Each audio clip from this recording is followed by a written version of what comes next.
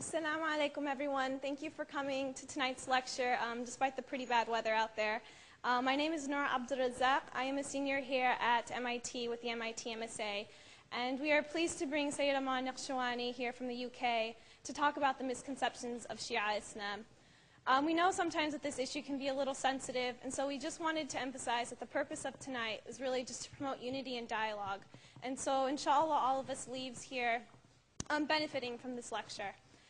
Just to give you a little overview or background on Sayyid Ammar, he earned a degree in psychology and law at the University of College of London.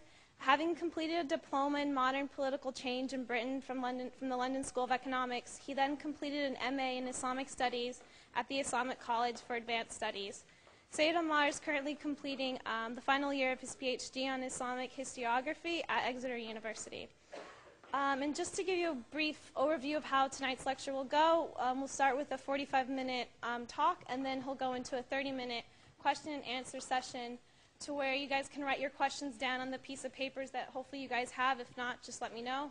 And hopefully that way we can get a little more questions in by the end of the night. So thank you, and please join me in welcoming Sayyid Ammar.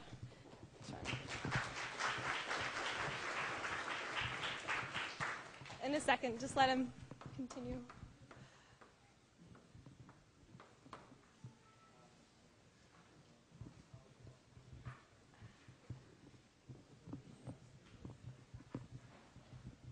Just before I start, if you wouldn't mind noting down what I've just written on the blackboard. I thought I might get a whiteboard, but I suppose MIT prides itself on its classic nature. So we'll go ahead with the beginning of the discussion. Usage of the word Shia in Quran and tradition. If you could note this down, it will help the flow of the lecture, hopefully.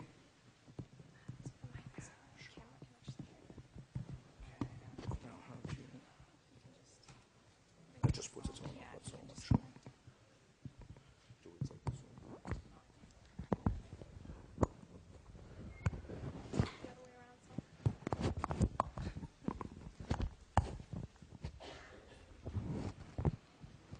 Okay, usage of the word Shia in the Quran and the tradition. Number 2, Ibn Saba, Jamal, Ghadir. Number 3, theology.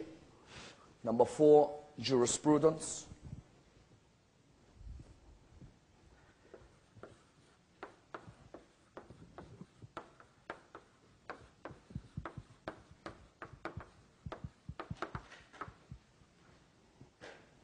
Number 5, Karbala stroke Messianism. And I'm going to move here.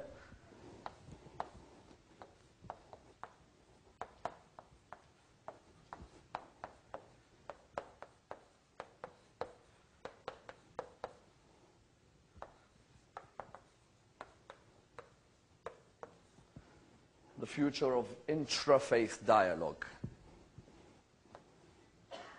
Okay, so I'll just repeat them again before I start. Usage of the word Shia in Quran and tradition. Number 2, Ibn Saba, stroke Jamal, stroke Ghadir. Number 3, theology. Number 4, jurisprudence. Number 5, Karbala and Messianism. Number 6, the future of intra-faith dialogue. If I could just have a hands up when everybody completes their 6 points, and then we can begin the discussion.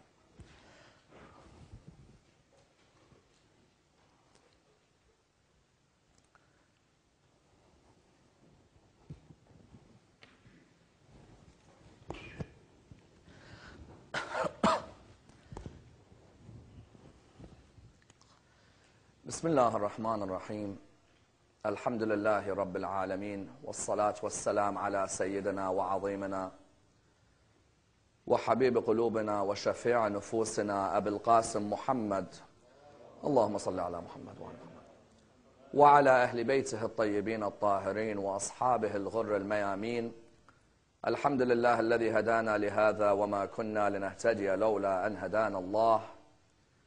Amma ba'd, respected brothers and sisters, Assalamu alaikum wa rahmatullah wa barakatuh.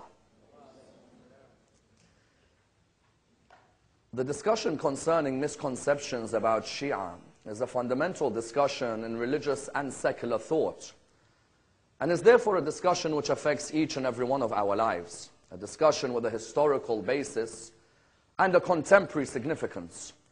Contemporary in the sense that the word Shia can be viewed on both the print and the visual media throughout the world today.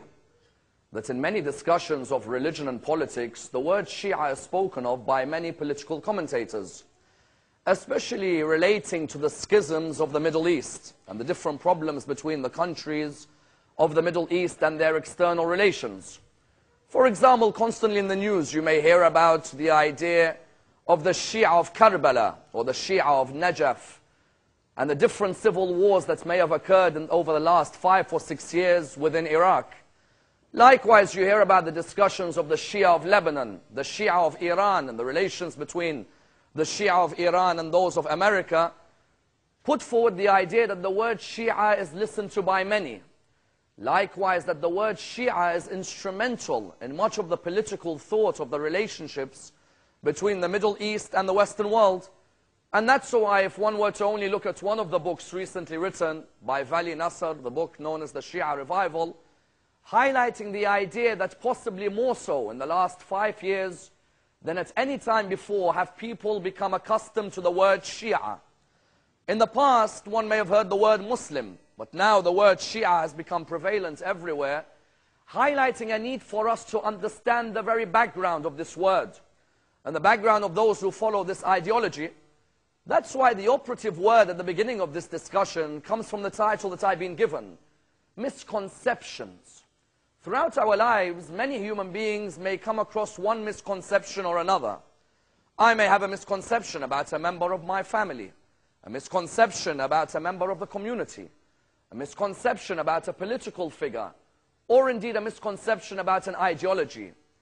Yet the most important aspect of any misconception is whether you remain stagnant with that misconception or whether you open yourself for dialogue surrounding that particular misconception. Because we know very well that there are 2 words which linguists may place alongside misconceptions. One word is the word prejudice, and the second is the word stereotype. And that a community which is full of misconceptions, or which prejudges people, or which is stereotypical, is a community that does not open its mind for free thought. Whereas Muslims within the audience will know very well that the Quran stresses on the idea of dialogue between different members of the community. For example, in chapter 49 of the Quran, verse 13, the verse comes forward and states, Bismillah ar-Rahman ar-Rahim, Ya ayyuhan nas, inna khalaqnakum min dhakarin wa untha, wa ja'alnakum shu'uban wa qabaila lita'arafu, inna akramakum 'inda Allah atqakum. O mankind, we have created you from male and female, and from different races and tribes, in order that you get to know one another.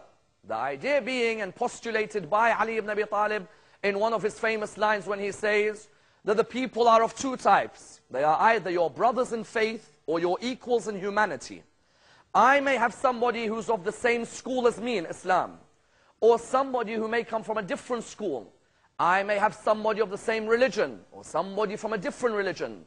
The aim of humanity shouldn't be that we build misconceptions without asking the members of that particular group whether our misconceptions are justified or no. As in, would you believe there are certain people in certain schools in Islam who are told, don't speak to these people. They are good at debating. They may indoctrinate you.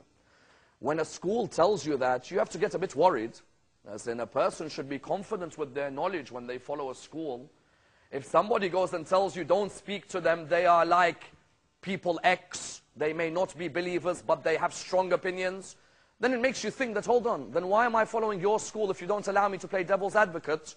A strong school in any religion is a school whose members should be allowed to play devil's advocate with their leaders, in order that all misconceptions are removed. And that's why if I were to tell you the number of misconceptions that I've heard about the Shia within the Islamic world, some people would not believe. That's why when the question is asked, where do misconceptions come from? Sometimes misconceptions are very innocent, as in I may have heard something about a certain group. Innocently, I've taken it on board. I don't mean to fuel any arguments, but it's just that I remember someone telling me X about a group. I never went to read up further on it, and that was it. sometimes a misconception is built with people who have an agenda. And that's where the problem lies about the misconceptions about any school in Islam. When people have an agenda and fuel it. Let me give you an example. I came out of my hotel room from one very famous Middle Eastern country. You know it very well. And when I came out, it was my last day and I was checking out. They gave me a package.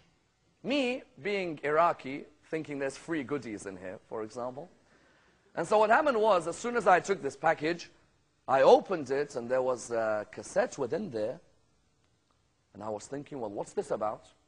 When I went home to listen to the lecture, the first line of the lecture said, "This has been produced to tell you that the Shia revolution of 1979 was a kafir revolution. And that the Shia are all disbelievers. And that they are an equation to the Zionists." That particular Middle Eastern country, in 3 lines, had already given us so many misconceptions. One was political, the other was theological, another was religious. And therefore, what did you find? I thought to myself, supposing that I listen to this, it might not affect me. But how many innocent Muslims who come to this country for their pilgrimage will be affected when they go back home? And that's why you find so much hatred between Muslims is sometimes agitated not by the non-Muslim, but by the Muslims themselves. I remember Ali ibn Abi Talib saying, our enemies are not the Jews and the Christians. Our enemy is our own ignorance. And when there are misconceptions about any school in Islam, it stems from our own ignorance. And that's why even Vali Nasr, amongst others, within the Shia revival, mentioned some very interesting points about common misconceptions about the Shia, which I'm sure some of you may have come across. He talks about how in Lebanon, there were certain non-Shia in Lebanon who believed that the Shia of Lebanon had tails. Now, I can assure you I don't have a tail. But there was this belief that the Shia are born with tails. And that therefore the Shia were made to look like animalistic figures rather than human beings. There's also a discussion that the Shia of Saudi Arabia spit in their food before they give it to you to eat. Those of you who had lunch with me today, I don't think saw me spit in their food. But I can assure you that there aren't Shia who will come forward and spit in your food. Likewise, the Shia, the non-Muslims or the non-Shia of Pakistan used to believe that the Shia commemorate in Muharram Hussein by gathering together in a hall and committing adultery with each other. Would you believe? There was such a misconception that they gather in a hall, men and women together, they switch the lights off, and they all commit adultery with each other. There was a belief in some of the Shia in other countries, in some of the non-Shia, who thought of this idea that the Shia perform taqiyya. Be careful when they talk to you. What's taqiyya? Taqiyya is that they lie to you whenever they talk to you.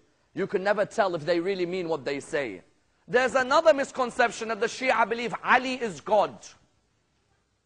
There is that misconception that the whole Shia world, let's just say 250 million people, all believe Ali ibn Abi Talib is God. As in when somebody normally says that, they'll never say to you, you know, there's a small group who believe. No, Shia, Ali is God. You know very well it's only 1% or so who have such a belief. But they'll make it out as if it's a general belief. There's another misconception that the Shia are those who after their prayer begin to strike their hands 3 times. And they say, Khan al-Amin, Khan al-Amin, Khan al-Amin. Which paraphrased is, Gabriel made a mistake, Gabriel made a mistake, Gabriel made a mistake. And that is also spread as a misconception.